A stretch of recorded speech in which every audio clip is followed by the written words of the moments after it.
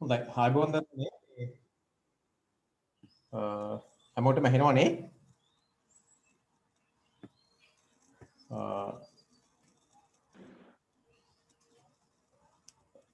නිබන්ධන නොමැති අයට නිබන්ධන ටික මම ඇඩ් කරලා ඇති අපේ අභ්‍යාස වැඩපිටුවට එකෙන් අවශ්‍යයි එකෙන් අරගෙන ඒකේ නැත්නම් ඒක දිහා බලාගෙන වැඩ කරන්න පුළුවන් අපි ගිය සතියේ සාකච්ඡා කරේ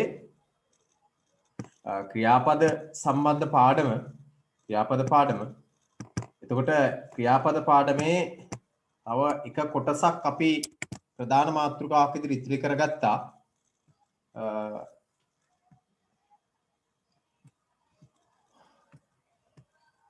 කර්මකාරක වාක්‍ය නිර්මාණය කිරීමට අදාළ කොටස කර්මකාරක වාක්‍ය නිර්මාණය කිරීමට අදාළ කොටස අපි ඉතිරි කරගත්තා ඒ වගේම දැන් පොඩ්ඩක් මතක තියාගන්න මේ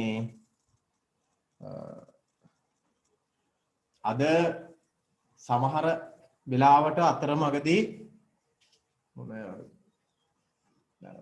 කනෙක්ෂන් නැති වෙලා හැම මේ වෙන්න පුළුවන් මොකද වෙනද රවුටරෙන් තමයි මේ පන්ති කරගෙන ගියේ ලොග් වෙලා අද රවුටරේ පොඩි ගැටලුවක් ඇවිල්ලා මේ සල්ලි දාගන්න ක්‍රමයක් නැහැ. දැන් මම සාමාන්‍ය වෙන්න කෝල් එකක් දීලා සල්ලි දාන තැන මුදල් ඉවරලා කියලා කිව්වා. ඉතින් ඒක නිසා ෆෝන් එකෙන් තමයි මේ හොට්ස්පොට් ගිහිල්ලා මේ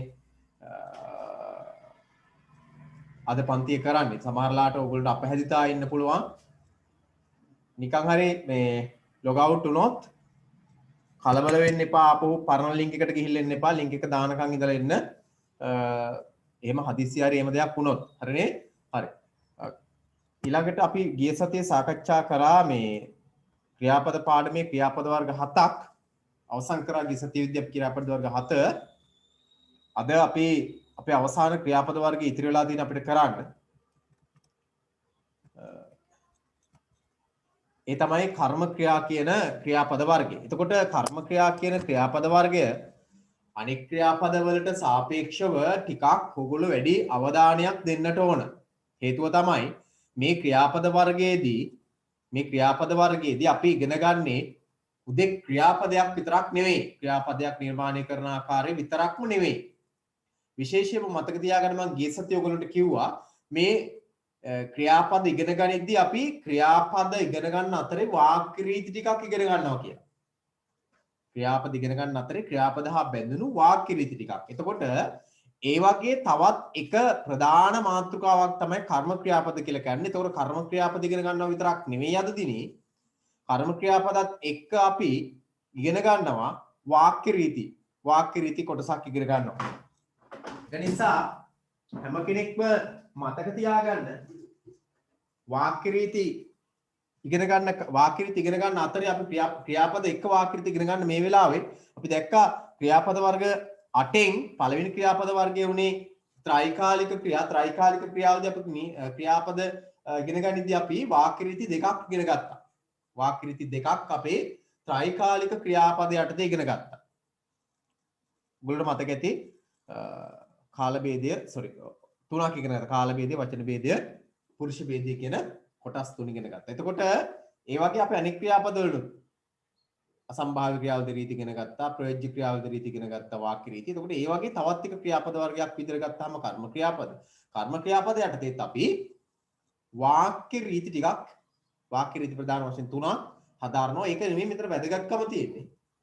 කර්ම ක්‍රියාපදයක් අපි සාමාන්‍යයෙන් 9 වසර දක්වා අපි ඉගෙනගෙන තියෙනවා. හැබැයි කර්ම ක්‍රියාපද ඉගෙන ගනිද්දී අපි බැලුවේ නැහැ ඒව කර්ම ක්‍රියාපදය නැත්තම් අවසාන කර්මකාරක වේගයක අවසාන ක්‍රියාපදය නිර්මාණය වෙන්නේ කොහොමද කියලා අපි එච්චර සැලකිල්ලට ගත්තේ නැහැ. කියන්නේ නිර්මාණය වන ආකාරය පිළිබඳ අපි සැලකිල්ලක් දැක්ුවේ නැහැ. අපි ඉගෙන ගත්ත විවිධ ක්‍රම තිබ්බා. අපිට හුරුවෙන් අපි ලියන්න පුළුවන් වෙලා තිබුණා. ඒ වගේම සමහර වෙලාවට කො ඉබේ සිදුවන ක්‍රියාවක් ලෙස ලියා දක්වන්න කියලා.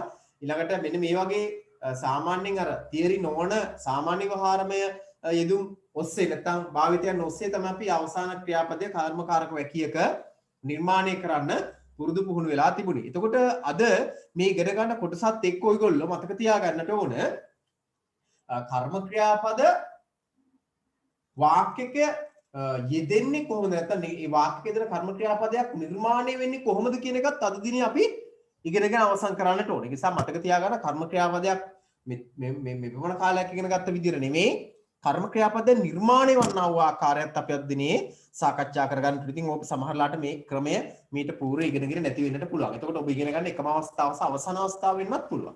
මොකද නැවත ඔබට ඔබ මම කලින් දවසක් කියලා ඔබ නැවත සිංහල විෂය ඉගෙන ගන්නේ නැති නිසා මේ ඉන්න බොහෝ අය. ඒකට අපි ඉගෙන ගන්න දේ හරියට ඉගෙන ගන්නට ඕන. ඔබ සිංහල විෂය ඉගෙන ගත්තත් නැත්නම් රජයේ විභාගවලදී විශේෂයෙන්ම සිංහල විෂයට ප්‍රමුඛතාවයක් ලැබෙනවා. විශේෂයෙන්ම රජයේ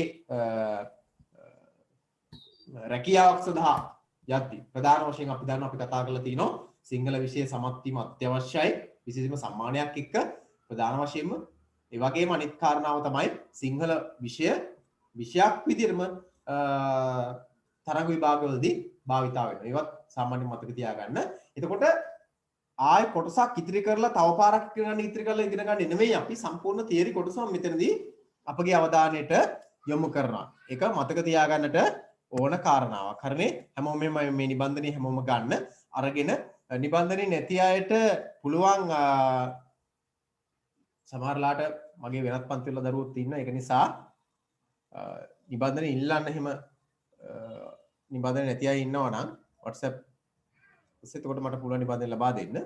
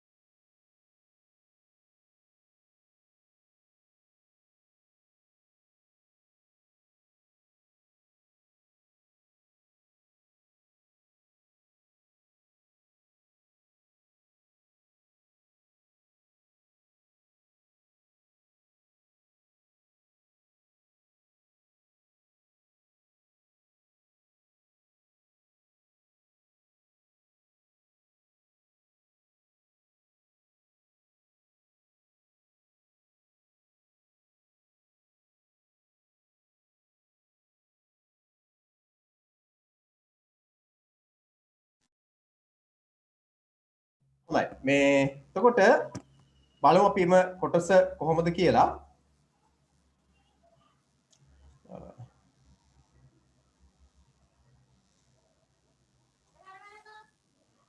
ගනිදු මේ අපේ WhatsApp group එකේ ඉන්නව නේද? සිංහල අභ්‍යාස වැඩපිටුවේ. එකෙන් ගන්න පුළුවන් හරිද? ඒක නැති අය එකට ඇඩ් වෙන්න. සිංහල භාෂා වැඩපිටුව කියලා කොටසක් ඉතින් ඒකට ඇඩ් වෙන්න පුළුවන්. නැත්තම් අර ලින්ක් එකක් යොමු කරලා ඇති my teachers අපේ මේ WhatsApp ගිණුමට මේ ඒ ලින්ක් එකෙන් තමයි එන්නට ඕන. එකකින් ආවම අර group එකට ඇඩ් වෙන්න පුළුවන්. හරි. නැත්තම් 077 96 75 ගුල ගාව ඇති. ඒ නම්බර් එකට WhatsApp message එකක් එවන්න මොකක් හරි type කරලා එතකොට මම ඒකට දාන්නම් දැන්. මොකද දැන් ආපහු මුලින් ඉඳලා ගිහින් ලොක් එක කරන්න ගියොත් එහෙනම් පන්ති කරගෙන යන්න වෙන්නේ නැහැ. බලන්න එතකොට මේ කර්ම ක්‍රියාපද කියන තැනට එන්න කලින් මම ටක් ගාලා මතක් කරනවා අපේ මුල අපි දැන් ක්‍රියාපද පාඩම අවසන් කරන්න හදන්නේ. ක්‍රියාපද පාඩම අවසන් කරනවා කියලා කියන්නේ ක්‍රියාපද පාඩම තුළ අපි ඉගෙන ගත්ත කාරණා බොහෝයි. ක්‍රියාපද විතරක් නෙමෙයි අපි ඉගෙන ගත්තේ. ඒතර ක්‍රියාපද යටතේ වාක්‍ය රීති පවා අපි ඉගෙන ගත්ත අපේ අවධානය යොමු කරා ඉගෙන ගත්ත කියලා අපි ඉගෙනගෙන අවසන් කළා. එවැනි කොටසක් තිබෙන බව අපි හඳුනාගත්තා. එතකොට ක්‍රියාපදයක් කියන්නේ මොකක්ද කියලා අපි ඉගෙනගෙන තියෙනවා. ක්‍රියාපදයක් කියන්නේ මොකක්ද කියලා අපි ඉගෙනගෙන තියෙනවා. ඊළඟට අපි ඉගෙනගෙන තියෙනවා ක්‍රියාපදයක මූලික ස්වરૂපය අපි ඉගෙනගෙන තියෙනවා. ක්‍රියාපදයක මූලික ස්වરૂපය ඉගෙනගෙන තියෙනවා මේ වෙනකොට. මෙන්න මේ කොටස අපි කතා කරේ ක්‍රියාපදයක් යන මොනවද කියලා අපි හඳුනාගෙන භාෂාවේ ප්‍රධාන පද වර්ග හතරෙන් පටන්ගෙන ක්‍රියාපදයක් යන මොනවද කියලා අපි හඳුනාගෙන තියෙනවා. ඊළඟට ක්‍රියාපදයක මූලික ස්වરૂපය හොයාගන්න විදිය, ක්‍රියාපදයක ක්‍රියාපද වර්ග 8 ඒවා අවසාන ක්‍රියා සනවසාන ක්‍රියා විදිහට වර්ග වන ආකාරය ආදී කොටගෙන අපි සාකච්ඡා කරා. එතකොට අපි ත්‍රිකාලික ක්‍රියා, ප්‍රයෝජ්‍ය ක්‍රියා, විධි ක්‍රියා, අසම්භාව්‍ය ක්‍රියා, ආශිර්වාද ක්‍රියා, පූර්ව ක්‍රියා, මිශ්‍ර ක්‍රියා කියන ක්‍රියාපද වර්ග 7ම සිංහල භාෂාවේ දෙන ප්‍රධාන ක්‍රියාපද වර්ග 8න් 7ක්ම අපි අවසන් කරලා තියෙනවා. ඒතර අපි ත්‍රිකාලික ක්‍රියාටදී වාක්‍ය රීති 3කුත්, ප්‍රයෝජ්‍ය ක්‍රියාටදී වාක්‍ය රීති 2කුත් සාකච්ඡා කරලා තියෙනවා. එකක් නෙවෙයි හතරක් කතා කරලා තියෙනවා. හතරක්. ඊළඟට විධි ක්‍රියාවට අපි වාක්‍ය රීති සාකච්ඡා කරන්නේ. ඊළඟට අපි බැලුවා සම්භාව්‍ය ක්‍රියාවට එක්ක වාක්‍ය රීතියකුත් ආශිර්වාද ක්‍රියාවට වාක්‍ය රීති දෙකකුත් ඊළඟට පූර්ව ක්‍රියාවට සහ මිශ්‍ර ක්‍රියාවට නැතුව ওই විදිහට වාක්‍ය රීති සාකච්ඡා කරා. ඒක එකක් තමයි මේ කතා කරන අවසාන ක්‍රියාපද වර්ගය කර්ම ක්‍රියාපද කියන ක්‍රියාපද වර්ගය. හරිද? කර්ම ක්‍රියාපද කියන ක්‍රියාපද වර්ගය.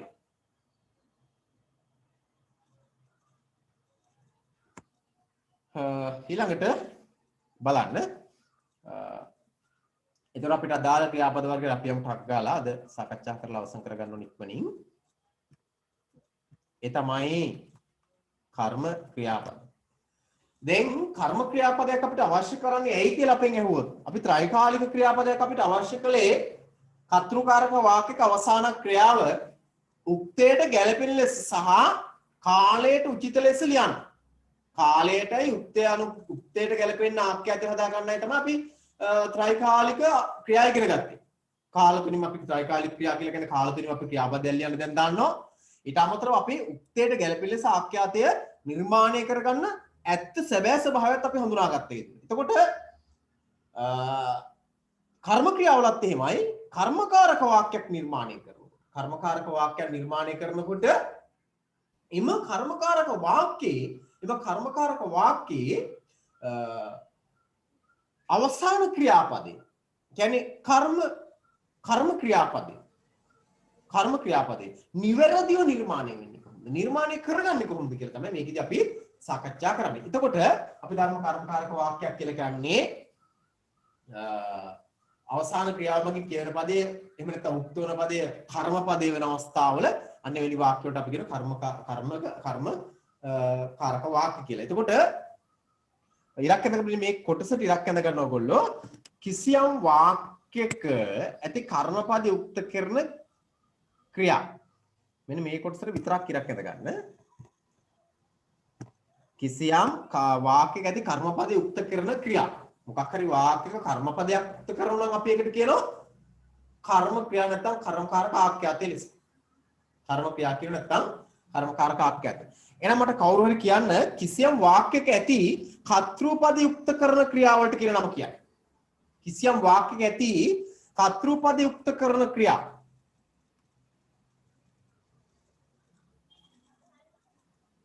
කර්තෘකාරක. ඊට වඩා වෙනස් අලුත් වචනකින් උත්තර දුන්නොත් කිව්ව එක වැරදි නෙවෙයි.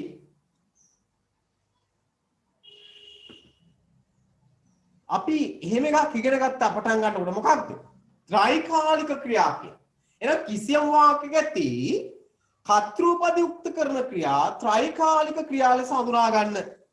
කාල තුනට අයත් ක්‍රියා ත්‍රිකාලික කියලා කිව්වේ. කිසියම් වාක්‍යයක ඇති කර්තෘපද යුක්ත කරන ක්‍රියා ත්‍රිකාලික ක්‍රියාවට අපි ඉගෙන ගත්තා. දැන් මෙතන ඉගෙන මොන ක්‍රියාවද? කිසියම් වාක්‍යයක ඇති කර්මපද යුක්ත කරන ක්‍රියා මොනවද කියලා අපි ඉගෙන ගන්නවා. ඒතර කිසියම් වාක්‍යයක ඇති කර්මපද යුක්ත කරන ක්‍රියා කර්මක්‍රියා. හරිද? කර්මක්‍රියා. ඊළඟට අපි ඒ කොටස ඔයගොල්ලෝ ලකුණු කර ගන්න. ඒතර මේ උදාහරණයක් තියෙන දෙමාපියන් විසින් දරුවෝ යහමග යැවෙති. දැන් මෙතන මේ කොටස මම මෙතනින් එහාට ගන්නන්න යන්නේ නැහැ. මෙතන මේ මොකද්ද වෙලා තියෙන්නේ කියලා. ඔයගොල්ලෝ දන්න දැන් මේකට. ඒතර මෙතන දෙමාපියන් කියන පදය අපි දන්නවා. අපි කර්මකාරක වාක්‍යයක් ඉගෙන ගන්න තව ටිකකින් දෙමාපියන් කියන එකේ අපි වචනේ අපි දන්නවා අනුක්ත කර්තෘපදේ කියලා. ඊට පස්සේ ඔයගොල්ලෝ දන්න දෙවෙනි පියවර විදිහට විසින් එකතු කරලා තියෙනවා කියලා. තුන්වෙනි පියවර විදිහට දරුවෝ කියන වචනේ නැත්නම් උක්ත පදයක් එකතු කරලා තියෙනවා කියලා ඔයගොල්ලෝ පේනවා. ඊළඟට යහමග කියන වචنين පස්සේ යැවෙති කියලා කර්ම ක්‍රියාවක් නැත්නම් අවසාන ක්‍රියාපදයක් ආඛ්‍යාත පදයක් තියෙනවා කියලා ඔයගොල්ලෝ දන්නවා. ඒකට අපි කියනවා කර්මකාරක ආඛ්‍යාතය කියලා. කර්තෘකාරක ආඛ්‍යාතය අරකෙදී මේක කර්මකාරක ආඛ්‍යාතය කියලා හඳුනා ගන්න ඕගොල්ලෝ. එතකොට දරුවෝ කියන වචනය ප්‍රථම පුරුෂයි බහුවචනයි නිසා යැවෙති කියන ප්‍රථම පුරුෂ බහුවචනයෙන් තියලා දෙන්න. මතක තියාගන්න. ඒතකොට දරුවෝ කියන වචනය ප්‍රථම පුරුෂයි බහුවචනයි. යැවෙති කියන එකත් ප්‍රථම පුරුෂයි බහුවචනයි. ඒ දෙක ගලපලා තියෙන මම ඉස්සරහදී වැටි ටික අපි සාකච්ඡා කරනකොට ඔයගොල්ලෝ තේරෙයි ඉතින් ටික මොකක්ද මෙතන වෙන්නේ කියලා. එතකොට හැම වෙලාවෙම කර්මපදේ යුක්ත කරලා තියෙනවා නම් ඒ වාක්‍ය කර්මකාරක වාක්‍ය වෙන වාක්‍යක ආඛ්‍යාත ක්‍රියා ආඛ්‍යාත පදය උක්ත කර්මයට අනුව සකසලා තියෙනවා. එතකොට මේ තියෙන්නේ කර්ම ක්‍රියාපදයන් නිර්මාණය වෙන්නේ කොහොමද කියන උදාහරණ කිහිපයක් කර්ම ක්‍රියාපදයන් නිර්මාණය ධාතු ප්‍රකෘතිය සම කර්ම ක්‍රියාපැත්තක් එක්වීමෙන් ඉරක් යනකම් මේ කොටසට කර්ම ක්‍රියාපදයන් නිර්මාණය වන්නේ ධාතු ප්‍රකෘතියක් සමග කර්ම ක්‍රියාපැත්තක් එක්වීමෙන් කියන කොටසට ඉරක් යනකම් ඔන්න අපි දන්නවා දැන් ඒ අර්ථයෙන් අපිට පුළුවන් ක්‍රියාපද වර්ග 8ෙහිම මෙන්න මේව ඔයගොල්ලෝ පුළුවන් වෙනවා ක්‍රියාපද වර්ග 8ෙහිම නිර්වචන ක්‍රියාපද වර්ග 8ම නිර්මාණය වන ආකාරයත් කියන්න පුළුවන් වෙනවා. එතකොට දැන් කර්ම ක්‍රියාපදයන් නිර්මාණය වෙන්නේ ධාතු ප්‍රකෘතිය සමග කර්ම ක්‍රියාප්‍රත්‍යක් එක්වීම.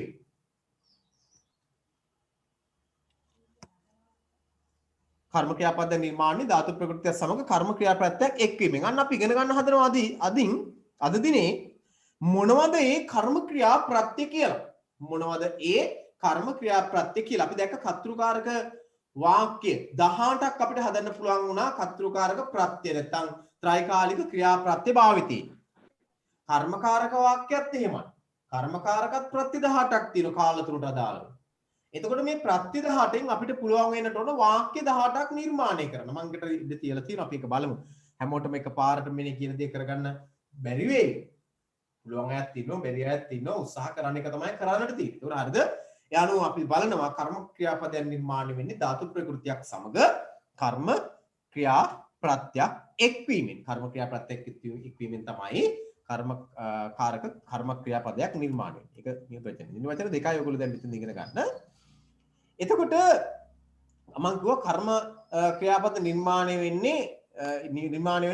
කර්ම ක්‍රියා ප්‍රත්‍ය 3ක් ප්‍රත්‍ය 18ක් තියෙනවා. කාල තුනට අදාළ වෙන විදිහට වර්තමාන කාලයට 6යි අතීත කාලයට 6යි අනාගත කාලයට 6යි ලෙස ප්‍රත්‍ය 18ක් තියෙනවා. මේ ප්‍රත්‍ය 18 සහ එම ප්‍රත්‍ය මගින් කර්මකාරක ආඛ්‍යාත නිර්මාණය වන ආකාරය තමයි අද දිනේ අපි සාකච්ඡා කරන්නේ.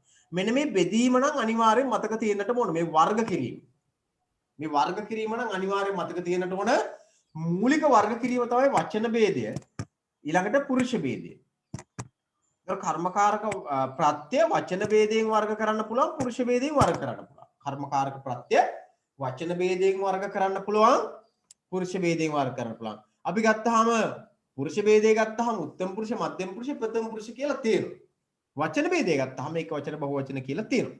මේ උත්තම පුරුෂ මධ්‍යම පුරුෂ ප්‍රථම පුරුෂ ඒක වචන බහුවචන කියන වර්ග කර ගැනීම අපි කරගන්නේ ඇයි කියලා අපින් ඇහුවොත් කවුරු හරි අපිට කියන්න පුළුවන් එන්න අපි වර්ග කිරීම කරගන්නේ ඇයි? වාක්‍යයක් ලියනකොට වාක්‍යයක් සකසද්දී කර්මකාරක වාක්‍යයක් සකසද්දී ඒ කර්මකාරක වාක්‍යයේ උක්ත කර්මපදේ උක්ත වෙන කර්මපදේ කර්මකාරක වාක්‍යයේ උක්ත වන කර්මපදේ අපිට පේනවා අපි ඉගෙන ගන්නවා පුරුෂ ભેදයෙන් යුක්තයි වචන ભેදයෙන් යුක්තයි. ඒ කියන්නේ නාම පදයක් පුරුෂ ભેදයෙන් වචන ભેදයෙන් යුක්තයි. ඒතර ආඛ්‍යාත පදයක් එවැනිම ભેදයක් දක්වලා ලැබෙනවා. ආඛ්‍යාතයත් වචන ભેදයෙන් පුරුෂ ભેදයෙන් යුක්තයි. තව ભેදයන් තියෙනවා. ඒ නිසා නාම පදයක් පුරුෂ ભેදයෙන් වචන ભેදයෙන් යුක්ත නම් ක්‍රියාපදයකුත් වචන ભેදයෙන් පුරුෂ ભેදයෙන් යුක්ත නම් කර්ම ක්‍රියාපදයක්.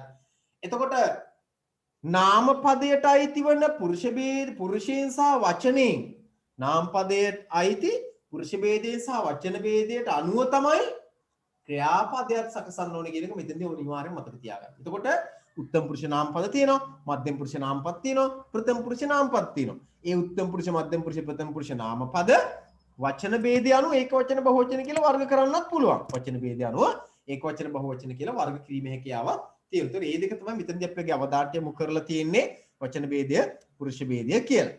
මේ වචන ભેදී පුරුෂ ભેදී අවශ්‍ය කරන්නේ ඇයි? නිවැරදිව ආඛ්‍යාතය ගැලපීම සඳහා. නිවැරදිව ආඛ්‍යාතය ගලපන්න. ඒ අනුව කර්මපදය උත්තම පුරුෂේ නම් ඒක වචන නම් මොනවද? කර්මපදය අපි හිතමු උත්තම පුරුෂයේ කර්මපදය මොකක්ද? ඒක වචන කර්මපදය කියන්නේ උත්තම පුරුෂයේ ඒක වචන කර්මපද කීයක් තියෙනවද? උත්තම පුරුෂයේ ඒක වචන කර්මපද කීයක් තියෙනවද? උක්ත ලෙස දෙන එකයි තියෙන්නේ. ඒ තමයි මම. දැන් හිතමු උත්තම පුරුෂයේ වාක්‍යයේ උක්ත වෙලා තියෙන කර්මපදේ තමයි මම. අපි දන්නවා ඒක වචනේ මම කියන එක ඒක වචනයි. එහෙනම් මෙන්න මේ ප්‍රත්‍යයෙන් තමයි අවසන් කරන්න කියන එක. මේ ප්‍රත්‍යයෙන් අවසන් කරන්න කියන එක. ඒක තමයි ඔතෙන්දී අපි ඉගෙන ගන්න ඕනේ. උත්තම පුරුෂයේ එකම එක උක්ත ලෙස ඉගෙන බහුවචනයේ තියෙන එක බහුවචනයේ තියෙන උත්තම පුරුෂයේ. ඒ තමයි කොහොමද එන්න ඕනේ? මොකද්ද පදය? අපි විතරයි. අපි කියන පදේ පමණයි. ඒතර අපි කියන පදෙන් උක්තයක් යෙදුනොත් අපි දන්නවා කර්තෘකාරක යෙදුනොත් කර්මකාරක යෙදුනොත් මොයන්ෙන් අවසන් කරන්න ඕනේ. දැන් කර්මකාරක උක්තයක් යෙදුනොත් මෙන්න මේ උනුමු කියන ප්‍රත්‍යය දෙන මූ ප්‍රත්‍යයෙන් අවසන් කරන්න ඕනේ. අපි හිතමු තෝ කියන එකේ පටන් ගත්තොත් ඒක වචනයි. එහෙනම් මෙන්න මේ ඉනිහි කියලා අවසන් කරනවා. තොපි කියලා આવොත් බහුවචන එහෙනම් උනුහු කියලා අවසන් වෙන්නට ඕන. හරිද? හරි. ඒ ටික තමයි උතන අපි සාකච්ඡා කරන්නේ. තාත්තා කියලා આવොත් උක්තය කර්ම උක්තයක් ලෙස අපි දන්නවා ඉනි කියන ප්‍රත්‍ය අවසාන අතීත කාලයේ අවසන් කරනවා. මේ දෙන්නේ ඔක්කොම අතීත කාල ප්‍රත්‍ය ටික. හරිද? හරි. මෙතන ප්‍රත්‍ය ටික ඔක්කොම තියෙනවා.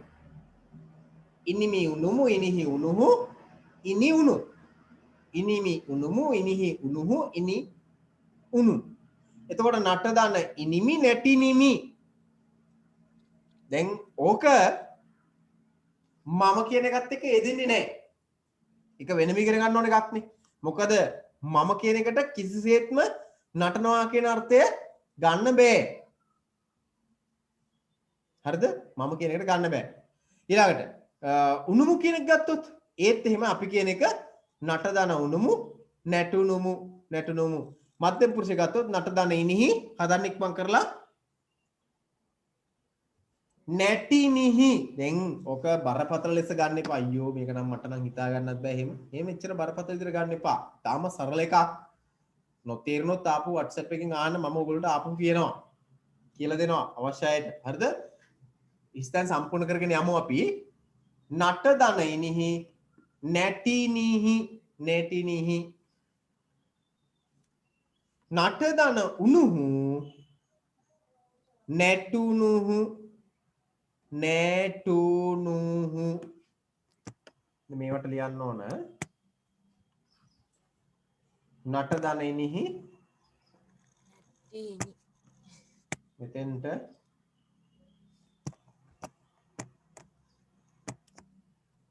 නට දන ඉනිහි නැටිනිහි නට දන උනුහු නැටුනුහු නැටුනුහු නට දන උනුහු නැටුනුහු.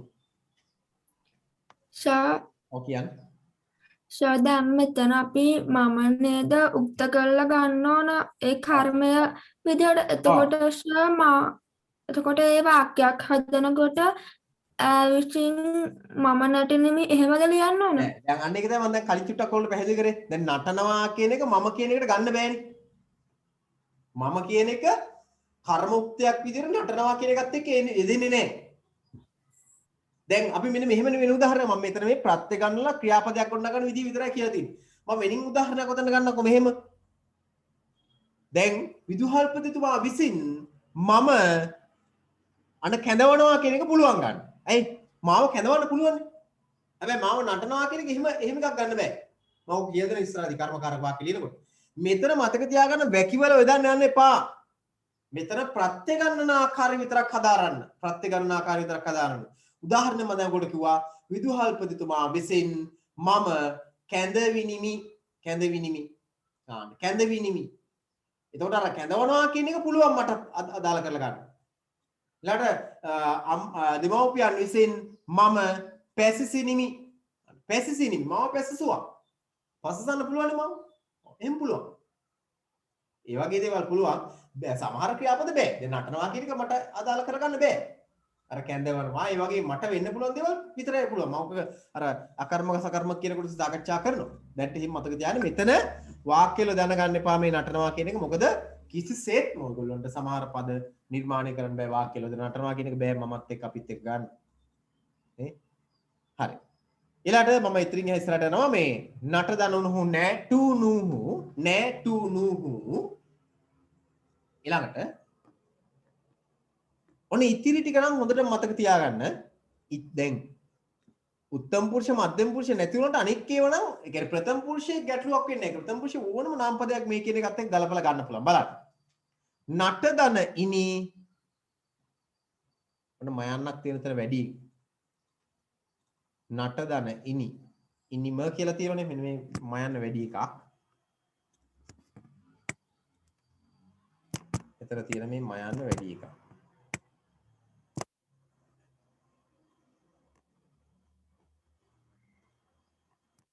මෙන්න මේ මයන්න වැඩි එකක් එතන. හරි. නටදන ඉනි නැටි නි. නටදන ඉනි නැටි නි. ඊළඟට ඔක පුළුවන් කියන්න. ඈ විසින් නැටුමක් නැටිනි. හරි ලේසි මේ ප්‍රත්‍ය යෙදෙන ආකාරය හඳුනාගත්තාම ප්‍රථම පුරුෂයෙන් වැඩිපුර වාක්‍යෙන්නේ මධ්‍යම පුරුෂ මධ්‍යම පුරුෂෙත් නැවිලි නෑ එනවා. ගැලපෙන උක්ත එනවා. එහෙම ගැටලුවක් නෑ. බලමු ඉස්සරහට. එලා නටදන උණු නැටුණු නැටුණු. දැන් නැටුණු කියන එක වාක්‍යෙක දාන්න බෑ. ඒ නැටුම් කියන එක අප්‍රාණවාචී. නමුත් මෙතන අපි ඉගෙන ගන්න එක නෙමෙයි. මෙතන අපි ඉගෙන ගන්නේ ප්‍රත්‍ය ගන්නවන විදිය. මෙතන අපි ඉගෙන ගන්නේ ප්‍රත්‍ය ගන්නවන විදිය. හරිද? මම මෙනින් ක්‍රියාපද ධාතුවක් අරගෙන මෙතෙන්ට ඔයගොල්ලන්ට වර්ණ ගන්න කියනවා. ඔයගොල්ලෝ මනසින් වර්ණ ගන්න. ගයයි ගයනවා කියන එකේ ධාතු ප්‍රකෘතිය තමයි ගය. ගය කියන ධාතු ප්‍රකෘතිය අතීත කාල කර්ම ක්‍රියාපත්‍ය ගන්නවල වර්ණ ගන්න බලන්න. වර්ණ අගමු අපි. ඔයගොල්ලොත් මනසින් ගොඩනගා ගන්න. ගය දන ඉනිමි ගැයිනිමි. ගය දන උනුමු ගෑයුනුමු. ගය දන ඉනිහි ගැයිනිහි. ගය දන උනුහු ගයුනුහු. sorry ගැයුනුහු. ඊළඟට ගය දන ඉනි ගැයිනි. ගය දන උණු ගැයුණු. මේ විදිහට අපිට පුළුවන් ප්‍රත්‍ය ගන්නලා අතීත කාල වාක්‍ය වේදෙන කර්ම ක්‍රියාපද නිර්මාණය කරන්න. වර්තමාන කාලයට යන මේක නම් අනිවාර්යව ඔයගොල්ලෝ ඉතාම ලේසි. පාඩම් කරගන්නත් අනිවාර්යයෙන් මේ අවශ්‍ය ටිකක් තියෙන පාඩම් කරගෙන අපි ඒක බලමු. වර්තමාන කාල ප්‍රත්‍ය දෙකමයි එමි එමු එහි එහු ඒ එති. උත්තම පුරුෂ මධ්‍යම පුරුෂ අනුව තමයි ඒක යොදලා තියෙන්නේ. ස්ථාන ටික සම්පූර්ණ කරගම අපි ඉක්මන් කරලා උත්තම පුරුෂ එමි නටදන එමි නැටෙමි නැටෙමි. වර්තමාන කාල අවසාන ක්‍රියාපදයක්. නටදන එමු නැටෙමු. නටදන එහි නැටෙහි. නටදන එහු නැටෙහු නැටෙහු. ඊළඟට නටදන ඒ ඔය ටික නම් පුළුවන් වෙනවා. නටදන ඒ නටදනේ ප්‍රත්‍ය ගන්නල කියන කවුරු හරි නටදන ඒ මොකද්ද නටදන ඒ නැටේ. නටදන ඒ නැටේ. ඊළඟට නටදන ඇති නැටෙති. ඔය විදිහට ප්‍රත්‍ය ගන්නන්න පුළුවන්. අනාගත කාටත් ටිකක් බලමු ඉක්මන් කරලා. අනාගත කාල කර්ම ක්‍රියාපත්‍ය නිසා නිදසුන් ටික පොඩ්ඩක් බලන්න. එන්නෙමි එන්නෙමු එන්නෙහි එන්නෙහු එන්නේ එන්නෝ. නටදන එන්නෙමි නැටෙන්නෙමි. නටදන එන්නෙමු නැටෙන්නෙමු. නටදන එන්නෙහි නැටෙන්නෙහි නැටෙන්නෙහි.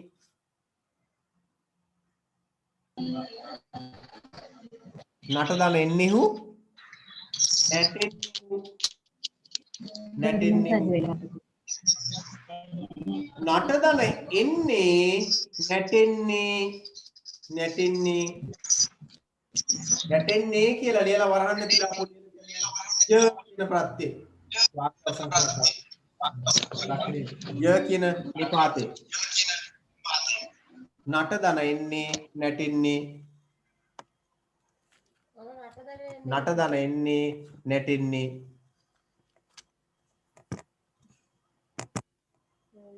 නටදන එන්නේ නැටෙන්නේ නටදන එන්නෝ නැටෙන්නෝ නටදන එන්නෝ නැටෙන්නේ. එතන මම අර ඔයගොල්ලෝ කිව්ව බරහන් තුල ලියලා කියන ලියන කිව්ව ඔයගොල්ලෝ සමහරලාට නැත්තම් නැටෙන්නේ නැටෙන්නෝ කිව්වහම එච්චර ටිකක් අර අවබෝධ වීමේ ගැටලුවක් එන්න පුළුවන්. ඒතකොට ඔක හරිනම් වාක්‍යයකට කොහොමද එන්නේ? නටදන එන්නේ නැටෙන්නේ ය කියලා. ය කියන නිපාතයෙන් වාක්‍ය අවසන් කරන්න. එහෙම આવොත් තමයි ඔයගොල්ලෝ ටිකක් තේරෙන්නේ. ඊළඟ නටදන එන්නෝ නැටෙන්නෝ. දැන් මේ ප්‍රත්‍ය ටික අපි ඉගෙන ගත්තේ මේ ටික පාඩම් කරගෙන ගිහින් ඉවරලා මේ ටිකෙන් වාක්‍ය ලියන්න නෙවෙයි. කර්මකාරක වාක්‍යයක් ලියනකොට ඒ කර්මකාරක වාක්‍යයත් නැත්තම් කර්ම ක්‍රියාපදයක් නිවැරදිව වචන ભેදයෙන් පුරුෂ ભેදයෙන් යුක්තව ගොඩනගන්නේ කොහොමද කියලා දැනගන්න විතරයි මේක කළේ. එතකොට ඕනෑම කර්මකාරක වාක්‍යයක් අතීත කාල වර්තමාන කාල අනාගත කාල කියන කාල තුනෙන් මොකකට හරි අයත් වෙනවා. ඕනෑම කර්මකාරක වාක්‍යක ආඛ්‍යාතේ නැත්නම් කර්මකාරක වාක්‍යක අතීත කාල වර්තමාන කාල අනාගත කාල කියන කාල තුනට අයත් වෙනවා. එතකොට ඒ වගේම මේ කර්මකාරක වාක්‍ය ආඛ්‍යාත පදය පුරුෂ ભેදයෙන් සහ වචන ભેදයෙන් යුක්තයි. ඒ පුරුෂ ભેදයේ වචන ભેදයෙන් යුක්ත වෙලා තියෙන්නේ යුක්තය කර්මකාරක උක්තයට අනුව ඒ ගලපන්න ඕන නිසා මට එහෙනම් මෙන්න මෙතන තියෙන උදාහරණ වාක්‍ය ගන්න. දෙමෝපියන් විසින් දරුවෝ යහමඟ යෙවෙති කියන එකේ ප්‍රත්‍ය අරගෙන තියෙන්නේ කොතනද කියලා බලන්න. මෙතන තියෙන ප්‍රත්‍ය කවුරු හරි කියන්නේ? ධාතු ප්‍රකෘතියත් එකතු කරලා තියෙන ප්‍රත්‍ය මොකක්ද මෙතෙන්ට? එති කියන ප්‍රත්‍ය. බලන්න එති කියන ප්‍රත්‍ය කොතනද තියෙන්නේ මේ බලන්න. එති කියන ප්‍රත්‍ය තියෙන තැන මේ තියෙන ප්‍රත්‍ය. මේකෙන් මම ඔයගොල්ලන්ට කියන්න හදන්නේ කර්මකාරක ආඛ්‍යාත නිර්මාණය වෙන්නේ ඉබේ නෙමෙයි. ඉබේ නිර්මාණයක් ඒවා තියෙනවා. නමුත් කර්මකාරක ආඛ්‍යාත නිර්මාණය වීම සඳහා නිශ්චිත ක්‍රමවේදයක් මේ තුල අපි හඳුනා ගන්නවා. නිශ්චිත ක්‍රමවේදයක් තිබෙන බව මේ තුල අපි හඳුනා ගන්නවා. ඒක නිසා ඒක පොඩ්ඩක් මතක තියාගන්න මේ නිර්මාණවල තියෙන්නේ කොහොමද කියන එක. ඒතර මෙතෙන්ට වාක්‍ය 18ක් ලියන්න ඕන. ඔයගොල්ලෝ ලියන වාක්‍ය 18 මොකක්ද කියලා දැම්ම මට කියන්න බෑ. හේතුව තමයි මේ වාක්‍ය 18 නට කියන ධාතු ප්‍රකෘතියෙන් ලියන්න බෑ. 18ම ලියන්න බෑ. නටකින් ලියන්න පුළුවන් ඒවාක් තියෙනවා. නටකින් ලියන්න පුළුවන් වාක්‍යයක් තියෙනවා. නට වලින් ලියන්න පුළුවන් වාක්‍ය තියෙන්නේ පළවෙනි එකේ එකයි ලියන්න පුළුවන්. ඉනි කියන ප්‍රත්‍යය දෙන එක විතරයි ලියන්න පුළුවන්. වර්තමාන කාලයෙන් නම් ලියන්න පුළුවන් ඒ කියන ප්‍රත්‍යය දෙන එක විතරයි. අනාගත කාලේ එන්නේ කියන ප්‍රත්‍යය විතරයි. ඒතර නට කියන එකේ ලියන්න පුළුවන් එච්චරයි.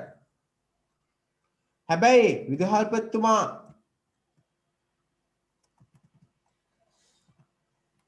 මෙන්න මේ වාක්‍ය ලියා ගන්නකො මෙතෙන්ට.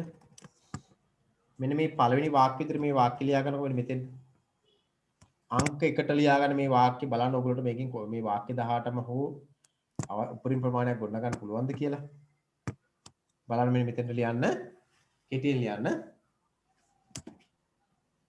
විදුහල්පතිතුමා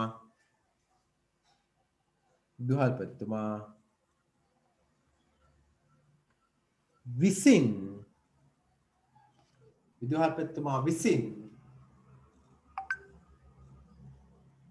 මම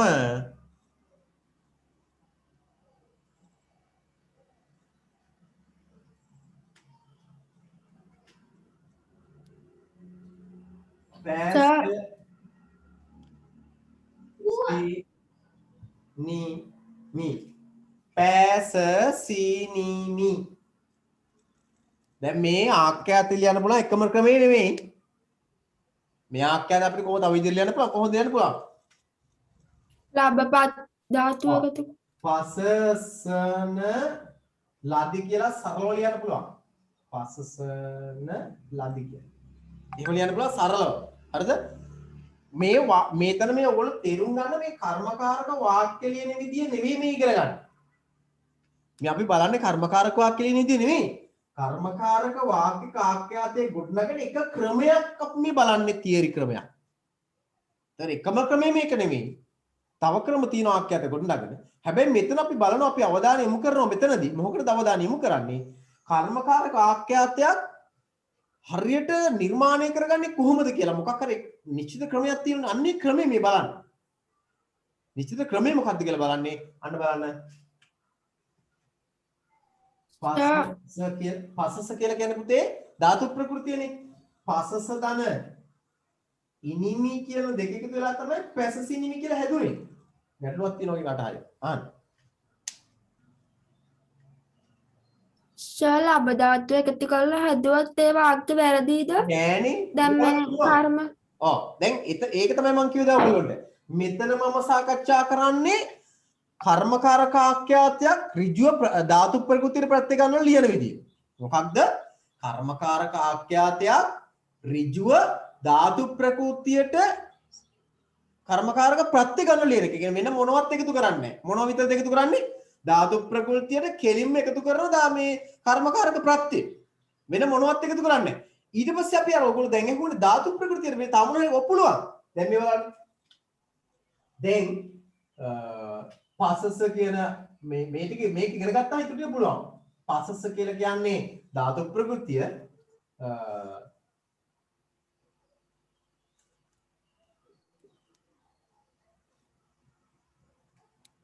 මෙතෙන් ලබ එකතු කරමු. පසස ධන ලබ ධන A පසසනු මෙතන එකතු කරමු මොකද්ද? මෙයන් එකතු කරනවා.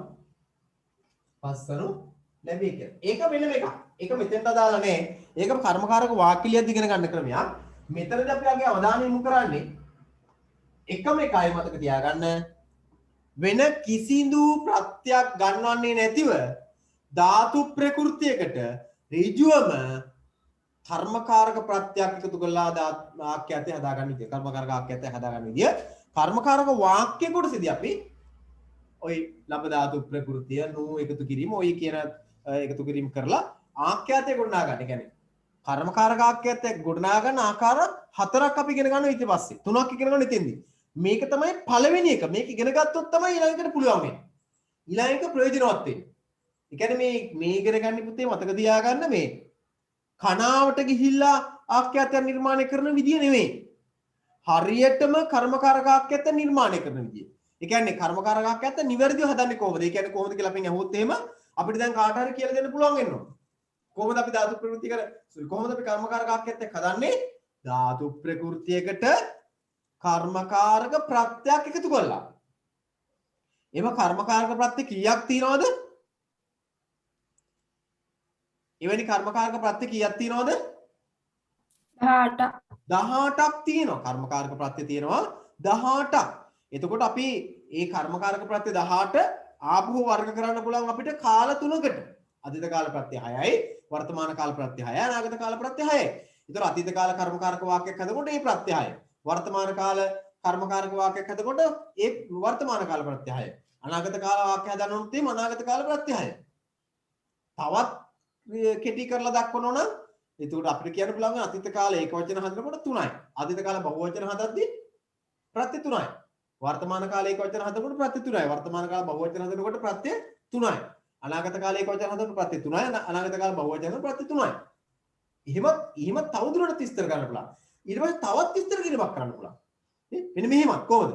අතීත කාල ඒක වචන ප්‍රථම පුරුෂ ප්‍රත්‍ය 2යි අතීත කාල එකයි හොඳ එකයි. අතීත කාල ප්‍රථම පුරුෂ උත්තම පුරුෂ අතීත කාල උත්තම පුරුෂ ඒක වචන ප්‍රත්‍ය එකයි. ඉනිමි. අන්න ඒ විදිහට තොර කරන්න පුළුවන්. කියන්නේ එහෙමත් විස්තර කරන්න පුළුවන්. ඒක එච්චර කෙටියට යන්න ඕනේ නැහැ. දැන්ට මතක තියාගන්න කර්මකාරක ආක්‍යත නිර්මාණය කරන සරලම ක්‍රමයක් මෙතන තියෙන්නේ. මූලිකම ක්‍රමයේ ප්‍රධානතම ක්‍රමය තමයි මේ ක්‍රමේ. ඊට අමතරව ඉතින් එහාට කර්මකාරක ආක්‍යත ඔයගොල්ලෝ ලියනවා නම් ඒ ලියන්න වෙන්නේ මේ ක්‍රමෙන් පරිබාහිරව. මේ ක්‍රමෙන් පරිබාහිරව. මම ඔයගොල්ලොන්ට දෙනවා මෙතන ඉඩ නෑ එකට තියලා ඕනෑම ක්‍රියාපදයක් ඕනෑම ධාතු ප්‍රകൃතියක් අරගෙන මේ ප්‍රත්‍ය 18 වර්ණ ගන්න. ඕනෑම ධාතු ප්‍රകൃතියක් අරගෙන ප්‍රත්‍ය 18 වර්ණ ගන්න. වර්ණගලා නම් උඩින් නම ලියලා යොමු කරන්න. හරිද? මෙන්න මෙතනින් ලියා ගන්න ප්‍රශ්නය. මෙන්න මෙතනින් මේ අවසානයේ තියෙන මේ පූර්ව ක්‍රියාපද කියන තැන පහලින් ලියා ගන්න ප්‍රශ්නය. මම දෙන්න ධාතු ප්‍රകൃතිය මේ ධාතු ප්‍රകൃතිය ගන්න.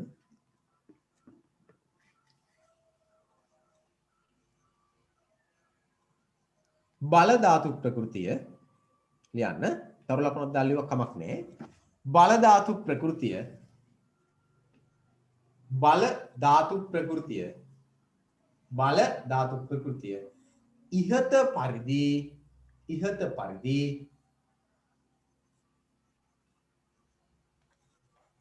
බල ධාතු ප්‍රകൃතිය ඉහත ඕන වගුව පරිදි කිල්ලුවක් කමක් නැහැ. ඉහත පරිදි වර්ණ ගන්න.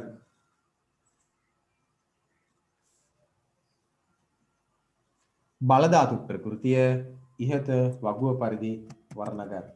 මම වෙනින් උදාහරණ වෙනින් ධාතු ප්‍රകൃතියක් කරන් එකපාරක් කියලා මේක මෙතනින් මේ කොටස අවසන් කරනවා. බලන්න.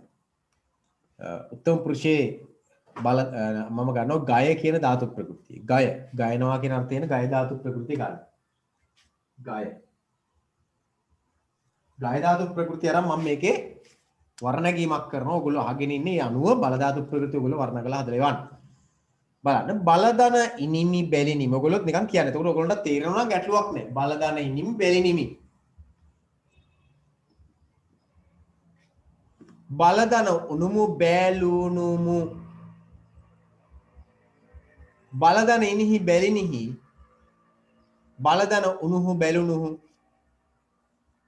බලදන ඉනි බැලිනි. බලදන උනු බැලුණු. බලදන එනි එමි බැලෙමි. බලදන එමු බැලෙමු.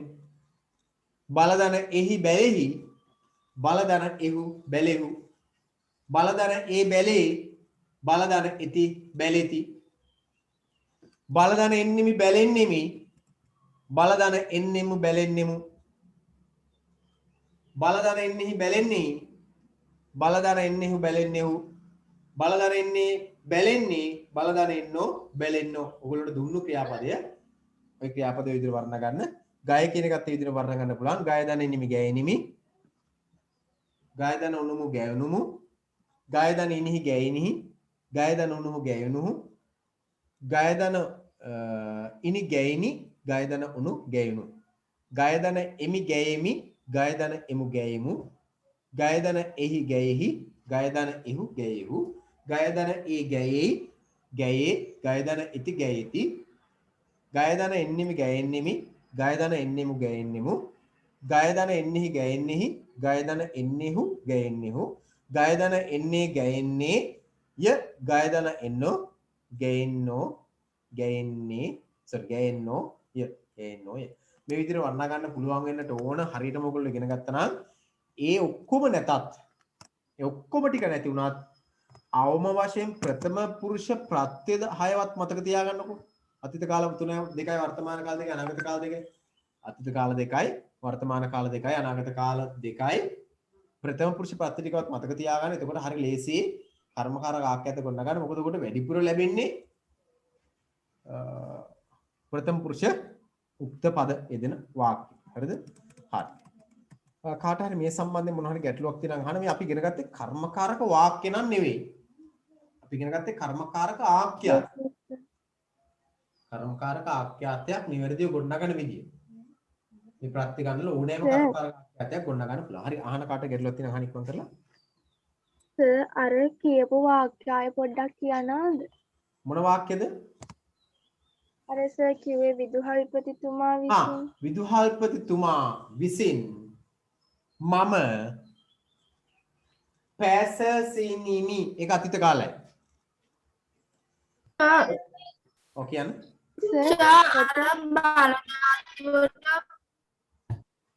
පවිනි ඇහුන්නේ හරියට. බල ධාතුව ඒක අපි හදලා ලියන්න ඕනද?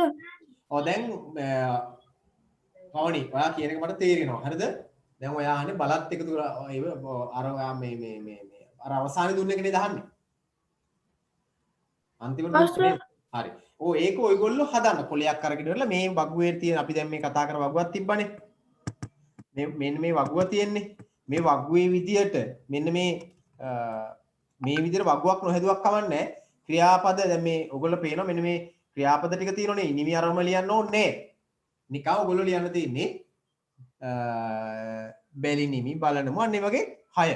වර්තමාන කාල 6 අනාගත කාල 6 මේ 18 අන්න මේ විදිහට පිළිවෙලට ලියන්න තියෙන්නේ. වෙන මොකුත් එපා. වගු ගන්න මොනවත් කරන්න එපා. හැබැයි පිළිවෙලක් තියෙන්න ඕන. පළවෙනි එක මම පළවෙනි පේලිය ගත්තොත් මම එහෙම පළවෙනි එක මම ලියනවා වගුවේ තියෙන පිළිවෙලටම ලියනවා. බැලිනිමි බැලුනුමු. අන්න ඒ විදිහට. දෙවෙනි පේලිය මම ගන්නවා බැලිනිහි බැලුනුමු. එච්චර වෙන මොකුත් ලියන්නේ නැහැ. මේකෙන් බලන්නේ මම ඔයගොල්ලෝ මේ වැඩේ හරියට ඔයගොල්ලෝ කරන්න පුළුවන්ද කියලා. එච්චරයි. හරිද? දැන් ඔයගොල්ලොන්ට මෙහෙම කරන්නත් පුළුවන් ඕන නම්. මෙන්න මෙහෙම කරන්න පුළුවන් ඔයගොල්ලෝ. ඉඩ තියෙනවා නම් වෙන කොලයක නොලිව්වක් කමක් නැහැ. ඔයගොල්ලෝ පේන මේ අංක දාලා තියෙනවනේ. මෙන්න මේ අංක දාලා තියෙන තැන් වල අංක එකට මම highlight කරලා තිනවා මේ කොළ පැහැති වර්ණයෙන්. එතන අංකයකට මුලින් තීරුව තියෙනවනේ අර අපි මොනවත් නොලියන තීරුව. එතනින් ලියන්න දෙතිරන් එතනින් ලියන්න කමන්නේ වන්න මේ. එතනින් ලිව්වත් එතකොට ඔයගොල්ලන්ට තේරෙනවා. එතනින් එකයි. දැන් මෙතනින් මෙන්න මේ හරින් එකයි. ඊළඟට ආයි දෙක එතන ඉස්සරහ පේලි දෙක ඒක ඉස්සරහින් ඒකෙම බහුවචනේ. එතනින් දෙපැත්ත ලිව්වත් කමක් නෑ මේ මොකද අභ්‍යාසයක් කරන්න ඕන නිසා මම මේ දෙන්නේ මෙතන ඉඳ තියාගන්න බැරි වෙලා තියෙන එකයි. හරිද? හරි. ඒතර නිබන්ධනය අරගෙන මේක අදාළ වැඩ ටික කරන්න වාක්‍ය 18 හදන්න. අපේ මේ වාක්‍ය 18 මම තව පොඩ්ඩක් ඉස්සරහට යනවා. ඔයගොල්ලෝ දුන්නේ මම පළවෙනි වාක්‍ය දුන්නේ විදුහල්පතිතුමා විසින් මම පැසිසිනිමි කියලා. ඔක දැන් ඒ තියෙන ඉස්සරහ තියෙන අංක දෙකට එන වාක්‍ය මොකද්ද ලියන්නේ අපි? මොකද්ද අපි ලියන්නේ? විදුහල්පතිතුමා විසින් අපි පැසසුනුමු මම ඔයගොල්ලන්ට යෝජනා කරනවා මෙන්න මෙහෙම එකක්.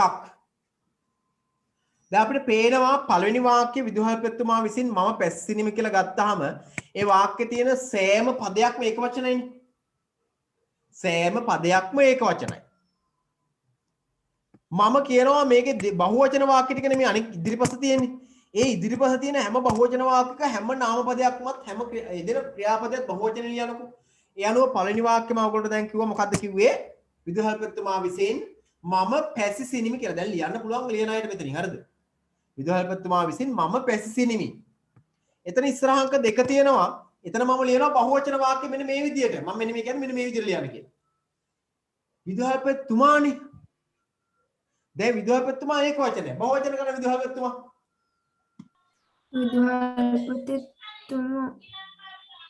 විදුහල්පති බහුවචනයෙන් කියන්නේ විදුහල්පතිවරු ගොඩක් කෙනෙකුට කොහොමද කියන්නේ කියලා කියන්නේ? අන්න ඒක කියන්නේ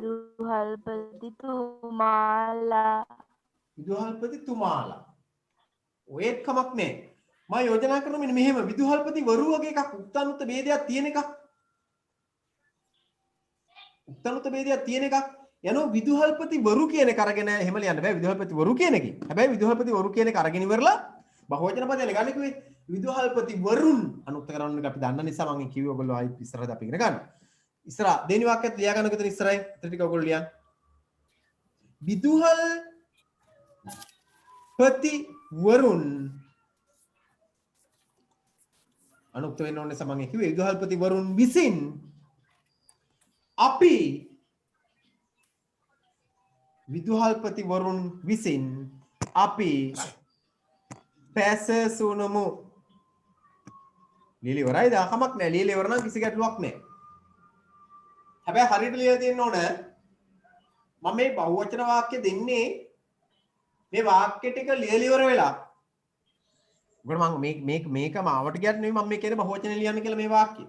මොකද දැන් පළවෙනි වාක්‍ය ලිව්වා විදුහල්පතිතුමා විසින් මම පැසිසිනිමි කියලා. දෙවෙනි වාක්‍ය ලියනවා විදුහල්පතිතුමා විසින් අපි පැසසුනුමු කියලා. අපි පැසසුනුමු. හරිද? ලියලිවරයන් මුකුත් ප්‍රශ්නයක් කරගන්න එපා.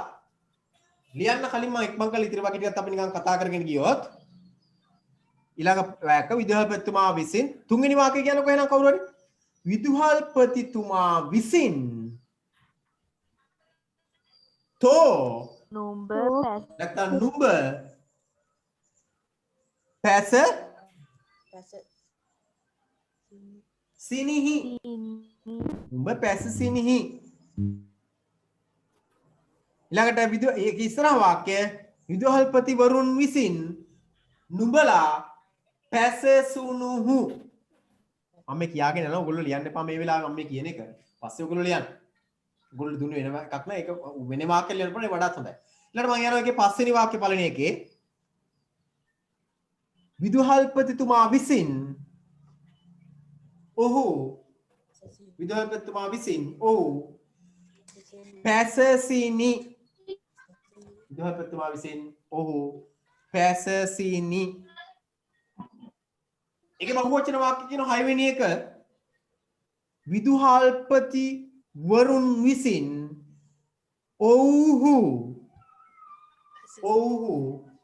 පැසසුනු. ඔව්හු පැසසුනු. දැන් පැසසුනු කියලා කිව්වහම නිකන් අපිට පේනවා නිකන් ඒක නිකන් හරියට මේ පැසසුනු කියලා අවසන් කරාම අපිට නිකන් ඔයගොල්ලෝ දැනෙනවත් ඒ සමහරවිට මේ වාක්‍ය නිකන් අඩුවක් තියෙනවා. මතක තියාගන්න දරුවනේ. ඒ අවසන් කිරීමේ කිසිදු අඩුවක් නැහැ. මම ආයෙත් 6 වෙනි වාක්‍ය කියන්නම්. විදුහල්පතිවරුන් විසින් ඔව් පැසසුණු පැසසුණු ඕක තමයි අපි අර පැසසුණහ කියලා හදලා පස්සේ ලියන්න. දැන්ට ඔහොම ලියන්න. ওই වාක්‍ය හරේ මාකින් ස්කීම් එකක් ඔයගොල්ලන්ට ලැබෙනවා. කියන්නේ මේ ඔයගොල්ලන්ට ලැබෙනවා මේ විභාගෙදී වාක්‍ය හරි වැරදිද කියලා බලන්න. ওই කියන ආකාරෙමුත් ඒ පිළිතුර ලබා දෙනවා. පැසසුණු. හරිද? හරි. මම වර්තමාන කාල වාක්‍ය ටිකත් ඉක්මන් කරලා කියන්නම්. ලියන්න එපා. ඊළඟට විදුහල්පතිතුමා විසින් මම පැසසෙමි. විදුහල්පතිවරුන් විසින් අපි පැසසෙමු. විදුහල්පතිතුමා විසින් තෝ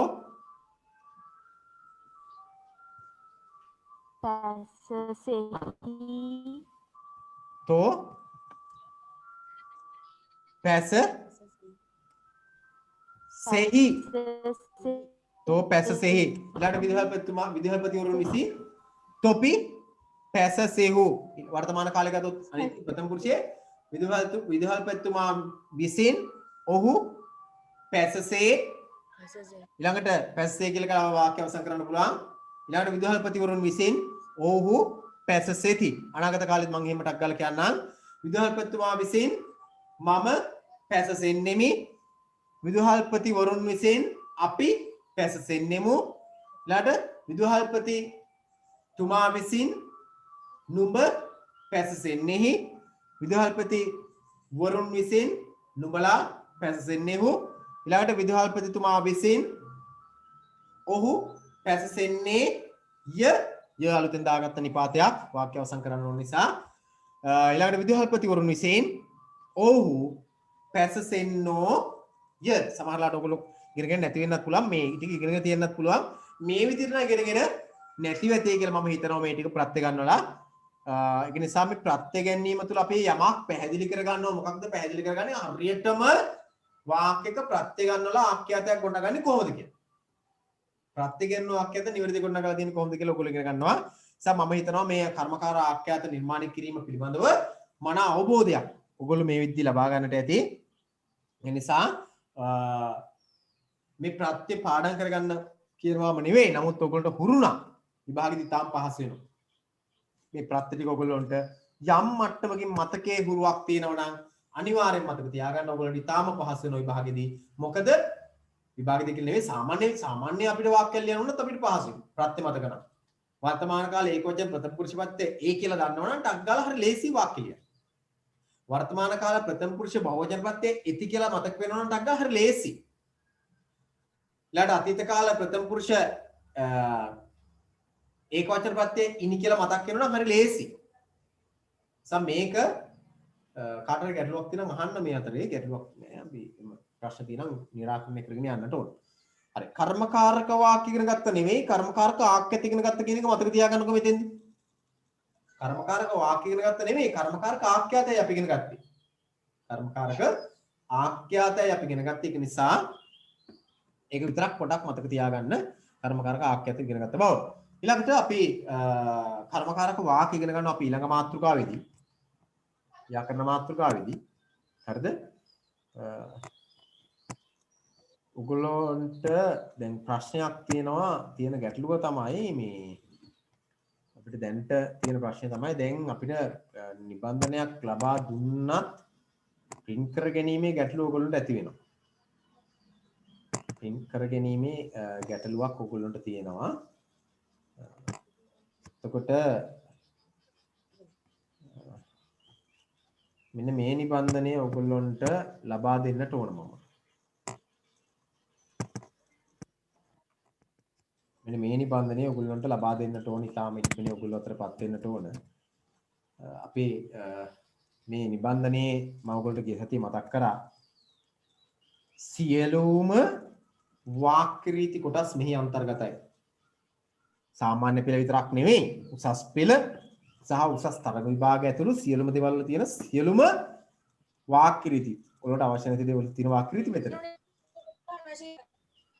බලමු අපි ඒක ඉස්සරහදී මෙන්න මේ වාක්‍ය රීති ටික සියල්ල මේකේ තියෙනවා. කියන්න පුතේ. ගැටලුවක් තියෙනම් අහන්න. ඊතර මේ නිබන්ධනේ මම ඔයගොල්ලන්ට ලබා දෙනවා මේ ප්‍රශ්නේ තියෙන්නේ දැන් print කර ගැනීමේ ගැටලුවක් තියෙන 7 වෙනිද වෙනකම්. print කර ගැනීමේ ගැටලුවක් තියෙන 7 වෙනිදන් පස්සේ මම හිතනවා යම් මට්ටමක ලිහිල් වෙයි කියලා හිතනක දවසක්වත් තියෙන ආරංචි හැටියට නම් ඒතරම් යහපත් නෑ. මොකද මම දැන් කීප තැනකට කතා කරාම මම වෙන වැඩවලට කතා කරද්දිත් ඒ ආයතන වල කියන්නේ 7 වෙනිද නෙවෙයි 14 වෙනිදත් පුළුවන් කියලා. එහෙම ප්‍රශ්නකුත් තියෙනවා. ඉතින් එහෙම වුණොත් තමයි අපිට ගැටලුව තියෙන්නේ. කොහොම නමුත් මේ නිබන්ධනය ඔයගොල්ලෝ අතරපත් වෙන්නට ඕන. අපිට ඊළඟ සතියේ වැඩ ටික කරගෙන යන්න බැරි වෙනව නැත්තම්. ඒ සතිය ඊළඟ සතිය දාන්නේ අදත් මේ ටික වැඩ ටික කරන්නට ඕන. කොහොම නමුත් මම මේක අපේ අභ්‍යාස පිටුවට එකතු කරනවා. සිංහල අභ්‍යාස වැඩ පිටුවට එකතු කරනවා WhatsApp එකට. එතකොට ඔයගොල්ලෝ එකෙන් අධ්‍යයනය කරන්න පුළුවන් අවශ්‍යය. print කරගන්න හදිස්සි වෙන්න එපා. print කරලා ලබා දීමේ හැකියාවක් බොහෝ වෙලාවට 7 වෙනිදාන් පස්සේ ලැබෙයි ඔයගොල්ලන්ට. එතකොට මේ නිබන්ධනයත් 5 වෙනි පාඩමේ සාහිත්‍ය පාඩමේ නිබන්ධනයත් ඔයගොල්ලොන්ට සහ 5 වෙනි පාඩමේ නිබන්ධනය සහ තවත් නිබන්ධනයක් එක්ක නිබන්ධන 3ක් ලැබෙන නියමිතයි ඉදිරියේදී. ඒ නිබන්ධන ටික හදිස්සි වෙන්න එපා කිව්වේ ඒකයි. මම මේක ගෲප් එකට ඇඩ් කරනවා. ඒක පොඩ්ඩක් ආයතන ප්‍රධානියත් එක්ක කතා කරලා තමයි ඇඩ් කරන්න වෙන්නේ. මොකද ඒ උපදෙසුත් එක්ක තමයි වැඩ කරන්න ඕන. දැන් අනික දැන් මෙහෙම ප්‍රශ්නකුත් තියෙනවා. දැන් අද මම මගේ වෙන පන්ති දරුවෝ දෙන්නෙකුත් මේකට ඇඩ් කරගත්තා. දැන් ඊට අමතරව දැන් මට පේනවා සමහර අය සම්බන්ධ වෙලා ඉන්නවා පරිබාහිරව. ඉතින් මතක තියාගන්න දැන් මම නම් මගේ නම් අංශු මාත්‍රිකුද එහෙම ගැටලුවක් නෑ. නමුත් අපි ආයතනයක් ඉදලා වැඩ කරද්දී එහෙම ගැටලුවක් තියෙනවා. මොකද ඔයගොල්ලෝ දන්නවා දැන් අවුරුදු ගාණක් තිස්සේ මම සමහර වෙලාවට ඔයගොල්ලෝ සමහර දරුවන්ට පන්ති නිකම්ම කරගෙන ගිහිල්ලා තියෙනවා. මේ මුදල් පස්සේ හඹාගෙන ගිහිල්ලා මුදල් හොයන්නම ටියුෂන් කරන සර් කෙනෙක් නෙවෙයි මම. ඒක මීට పూర్වයේ අපි මගින් අධ්‍යාපන ලැබපු දරුවොත් දන්නවා මේ අය සමහරලාට අවබෝධයක් ඇති. දැන් ඔයගොල්ලෝ දන්නවා අපේ සාහිත්‍ය පන්ති අපි කරගෙන ආවා. දැන් අපිට හරියට කරගන්න බැරුණා. දැන් ගිය සතියේත් විදුලියේ ගැටලු සහ තිබුණා යහපත් තත්ත්ව නිසා ගිය සතියේත් අපිට කරගන්න බැරුණා දිනය යොදාගත්තට. සමහර වෙත් එක්කෙනෙක් දුක 13 මොකද මට නිශ්චිත ප්‍රතිචාරයක් ලැබුණ නැහැ. මේ පර්සනල් ප්‍රතිචාරයක් විතරයි ලැබිලා තිබුණේ දෙතුන් දෙනෙක්ගෙන් දෙන්නෙක්ගෙන් විතර එන්න විදියක් නැති ගැටලු අර එහෙමයි. විදුලිය නැති සාරෙන් නිසා. ඊට පස්සේ කොහමද උදේ මම එක දරුවෙකුට හරි පන්තිය කරනවා. නමුත් ඒ ගැටලුව මටත් ආවා. උදේ මොකද එදා දවසේම උදේ රෑ 2-3 ඉඳලා දිගටම මැස්සත් එක්ක විදුලිය නැතිවීමත් සහ මේ තාක්ෂණික ගැටලු වෙනවා. මොකද මේ ගොඩක් වැස්ස වැඩි වෙද්දී අපිට සිග්නල් මදිකමක් වෙනවා. පන්ති කරගෙන පහසුවක් තියෙන. ඉතින් ඔය කියන ගැටලුත් එක්ක තමයි පන්ති කරන්නේ නැත්තේ. අපි ඉන්න සතියේ අපි දවස් දාගෙන පන්ති කරමු. ඒතර දැන් මම මෙතන කියන්න හැදුව ඔයගොල්ලන්ට ඒක කියන්න හැදුවේ මම මේ අර හැම දෙයක්ම මුදල් වලින්ම මනින්න උත්සාහ කරන කෙනෙක් නෙවෙයි කියන එක. මොකද අවුරුදු 5ක් විතර ඔන්ලයින් නෙවෙයි සාමාන්‍ය පන්තියට සිප්සෙන ආයතනයට ගිහිල්ලා සිංහල විෂය මම සාහිත්‍ය විෂය මම උගන්වලා තිනවා. අපේ මගේ සිංහල පන්තියේ යන දරුවන්ට සහ එහෙම නොවන දරුවෝත් සහභාගී වෙලා තියෙනවා. ඒතොර එතෙන්දී ගිහිල්ලා මම කරේ. ඒතකොට කිසිම ප්‍රතිලාභයක් බලාපොරොත්තු වෙන්නේ නෙවෙයි. ඒක නිසා ඒකත් පොඩ්ඩක් මතක තියාගන්න. නමුත් අපි ආයතනයක් එක්ක වැඩ කරනකොට ඒ ආයතනයේ රෙගුලාසිත් එක්ක එකව කටයුතු කරන්න. මොකද මම විතරක් නෙවෙයි ඉන්නේ. එහෙම ගැටලු තියෙනවා. හරිද? හරි. අදත් තාක්ෂණික ගැටලුවක් තියෙනවා. දැන්ටත් මාරු ඔය විශේෂයෙන්ම ඉතිරි හරියට මේ සිග්නල් වල ගැටලුවක් තියෙනවා. මම ආපහු එනවා පුතේ මේ මම ආයෙත් එනවා කතා කරන්න අදාළ තැනට. මම මේ දැන්ට මේක මෙතනින් අවසන් කරලා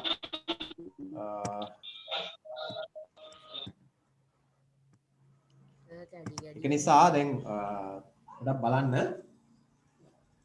බලාපොරොත්තුෙන් ඉන්න ඔයගොල්ලෝ මම හෙට හෝ අනිත් දවස් ඇතුළත ඔයගොල්ලන්ට මේ පණිවිඩයක් ලබා දෙනවා අපේ මේ සිංහ සාහිත්‍ය විෂය දාලා WhatsApp group එක ඔස්සේ පන්ති කරන දවස අපි ගිය සතියේ අඟහරුවාද කරන්න දාගත්තේ. මේ සතියේත් බොහෝලට අඟහරුවාද උදේ වෙන්නට පුළුවන්. දැන් සමහරලාට දැන් වෙනද නම් උදේ 4ට නැගිටලත් අපේ 10 වසරේ දරුවෝ සිංහල පන්තිට ආවා. දැන් නම් පොඩි කම්මැලිකමක් තියෙන සමහරලාට නේද? එහෙම එකකුත් තියෙනවා වගේ. බලමු අපි. හරිද? හරි. ඊළඟට මේ මොකද්ද අපේ දිනිත්‍ය නේද? දිනිති ගැටලුවක්ද දිනිති? සර් සිංහල සාහිත්‍ය මොකද්ද පුතේ? ඇහෙන්නේ මට ඔයා කියන දේ.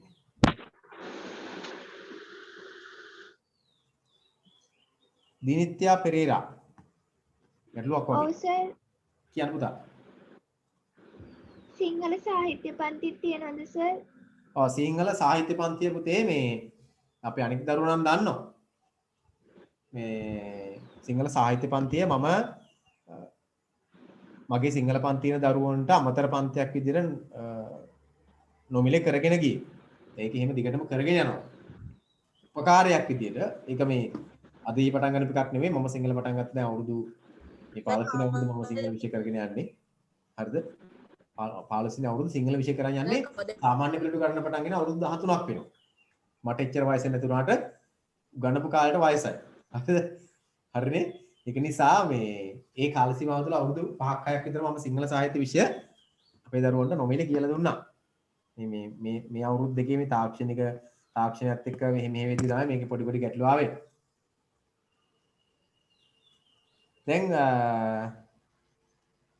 කාට හරි ගැටලුවක් තිබ්බ එක පොඩ්ඩක් ගැටලුවක් සිංහල සාහිත්‍ය පන්ති දාන්න. කියන පුතේ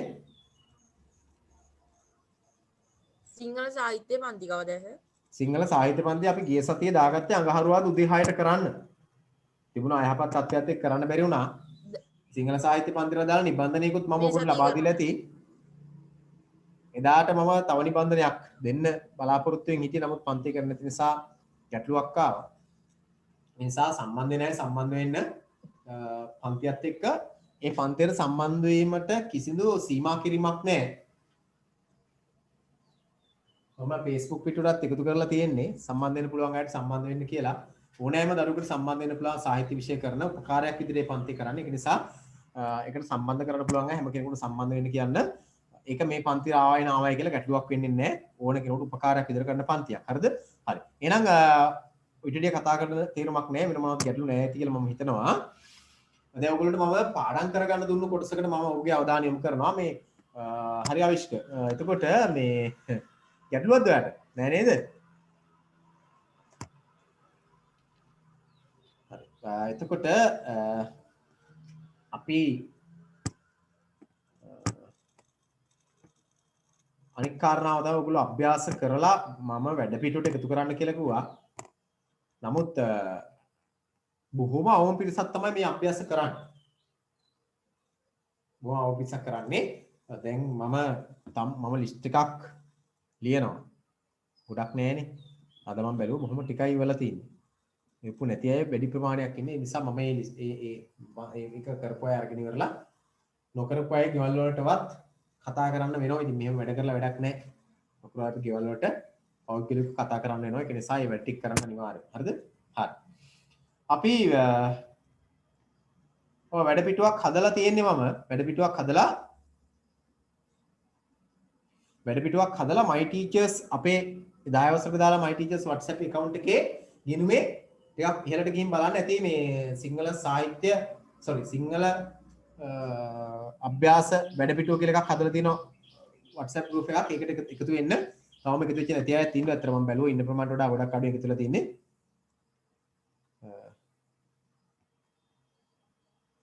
හරි. ටියුට් එක නැති අයට ඒවන්න බැරි වුණා කියලා කියන ටියුට් එක නැති අය ටියුට් එක නැති ප්‍රශ්නයක් තියෙනවා. බලමු අපි මොකද්ද කරන්න පුළුවන් කියලා. හරි. එහෙනම් වැඩ ටික කරලා එවන්න කොහොම හරි ඊළඟට අනෙක් කාරණාව දැන් ඔයගොල්ලොන්ට වෙනද නම් මම සාමාන්‍ය පන්තියේ නම් කවි ටික පාඩම් ගන්න ක්‍රමයනේ මගේ තිබ්බේ. දැන් ඉතින් මේ ක්‍රමවේදය තුල කවි ටික පාඩම් ගැනීමේ ගැටලුවක් තියෙනවා. හැබැයි දැන් මම ආයතන ප්‍රධානියත් එක්ක කතා කරන්නේ නැහැ තාම.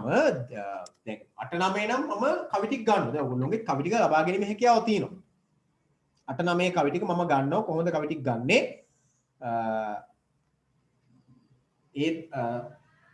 ඒ අයට කලින් දැනුවත් කරනවා. අද කවි ටික ගන්න කියලා දැනුවත් කරලා කවි පාඩම් කරගන්න කියලා කැම් එක ඔන් කරලා කැම් එක දිහා බලාගෙන විතරක් කවිය කියන අවස්ථාව දීලා එහෙම කවි ගන්න ක්‍රමයක් තියෙනවා අපේ. ඉතින් ඕක හැමෝටම අදාළ නැහැ. තාක්ෂණය හොඳින් දන්න අය දන්නව කොහොමද කරගන්නේ. කියන පුතේ පවනි මොන පාඩමේද කවි ගන්නෙ? මම පාඩම් කරන්න දුන්නේ පස්වෙනි පාඩමේ. පස්වෙනි පාඩමේ කවි ටික තමයි පාඩම් කරන්න දුන්නේ කවි 4ක් දීලා ඇති. පස්වෙනි පාඩමේ කවි 4ක් පාඩම් කරන්න දීලා ඇති. ඒ කවි ඕකේ. එතකොට තුන්වෙනි පාඩමේ කවි ටික පාඩම් ගත්තද? ගත්තේ නෑ. තුන්වෙනි පාඩමේ කවි ටික ගත්තේ නෑ. තුන්වෙනි පාඩම කවි ටික පාඩම් කරන අතරේ මේ පද්‍ය පන්තිය ලේසි නිසාම ඒ ටික පාඩම් කරගන්න අතරේ මම කිව්වා පස්වෙනි පාඩමේ පළවෙනි කවි දෙක පාඩම් කරගන්න කියලා කලින් සතියේක. ඊට පස්සේ ගිය සතියේක මම පස්වෙනි පාඩමේ දෙවෙනි ඊළඟ කවි දෙක පාඩම් කරගෙන පස්වෙනි පාඩමේ කවි 4කුයි දෙවෙනි පාඩමේ තුන්වෙනි පාඩමේ කවි ටිකයි සූදානම් කරලා තියාගන්න. සාමාන්‍ය පන්ති ආරම්භ වුණු සැනින් ඔය ඔක්කොම පාඩම් ගන්නවා ඔන්ලයින් පාඩම් ගත්තා. පාඩම් කරන අයට මේක ගැටලුවක් නෙවෙයි. පාඩම් වල තියෙන්න ඕන මේක අනිවාර්යයෙන්. හරිද? හරි. සර් ඊළඟට අපි හතරවෙනි පාඩමේ කවි කීයට යනකම්ද? පුතේ තුන්වෙනි පාඩමේ ඔක්කොම කවි ටික. පළවෙනි පාඩමේ කවි 34ම පාඩම් කරලානේ තියෙන අපි දන්නවා. ඒත් මට හරි දාන්න බැරි වෙච්ච ඒවා තියෙන. තවම සමහර අය පාඩම් දුන්නත් කවි 34ම පළවෙනි පාඩමේ පාඩම් දීලා හරි දාගෙන පොයි ඉන්නවා සාමාන්‍ය පන්තියේදී.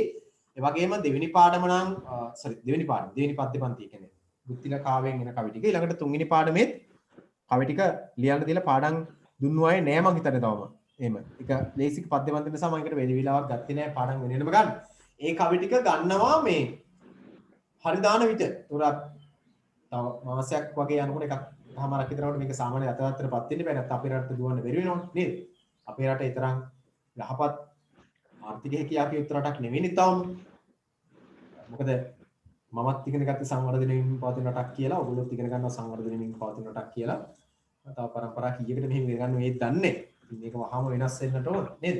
හරි. අපි ඉච්චරහට කතා කරන්න ඕනේ නැහැ. අපි බලමු මේ පස්වෙනි පාඩමේ හැඳින්වීමේදී කවිය පාඩම් කරන්න ඕනද? තනුරිට සිග්නල් මදි වගේ නේද? ඒ තනුරි සිග්නල් නැහැ නේද? සර් මේ එනට ඔයා ඉන්නේ නම් ටවර් එකක් යට නේද?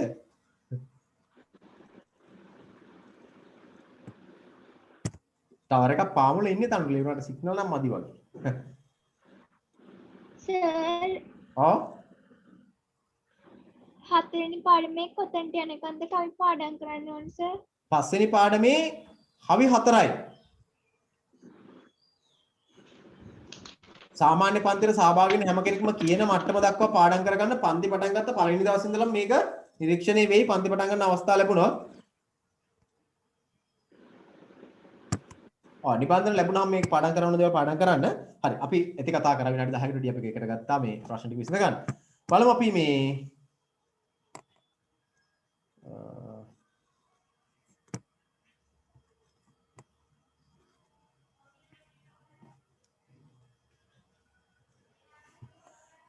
දැන් මේ ටවර් එක යට ඉන්න නිසා සිග්නල් ඇති. ඇත්ත. දැන් ඔය කියන දුරකථන සමාගම ගැන මේ බොහොම සර් කියන්න. අභ්‍යාස කරලා දාන්න ඕනේද? අභ්‍යාස කිව්වේ මොන අභ්‍යාසද? ටියුට් එකේ අභ්‍යාස. අනිවාර්යෙන්ම අර තවම මේ සමහර අය වෙනවා මේ පර්සනල් නම්බර් එකට එහෙම යවුවාම මේ හරි අමාරුයි. මොකද ගොඩාක් මෙසේජස් එන නිසා ගෲප් එකක් හැදුවේ. ගෲප් එකේ තියෙන එතකොට ඔයගොල්ලෝගේ විතරක් නිසා වෙන් කරගන්න පහසු වෙන්නේ. ඒකට විතරක් කොම් කරන්න මතක තියාගන්න. උදේ එතකොට සර් ගෲප් එකට දාන්නද? දාන්න ගෲප් එකට අනිවාර්යෙන් දාන්න. හරි සර් thank you. ඕකේ.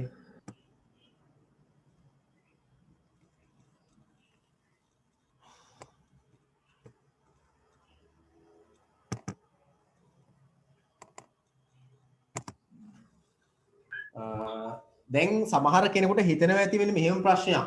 දැන් අපේ පළවෙනි පාඩමේ සාහිත්‍ය කොටස ඉතුරුලා තියෙනවා කීපයක්. දෙවෙනි පාඩමේ සාහිත්‍ය ප්‍රශ්න ටික තියෙනවා. තුන්වෙනි පාඩමේත් සාහිත්‍ය ප්‍රශ්න ටික තියෙනවා. දැන් මේව අතහැරලා දාලා ඇයි මෙහෙම යන්නේ කියලා සමහරට හිතෙනවා ඉතින්. මතක තියාගන්න. ඔය එක කොටසක්වත් අතාරින්නේ නැහැ. දැන් ඔන්ලයින් ක්‍රමවේදයට ගැලපෙන තැනක් අල්ලගෙන තමයි මේ වැට්ටික් කරගෙන යන්නේ.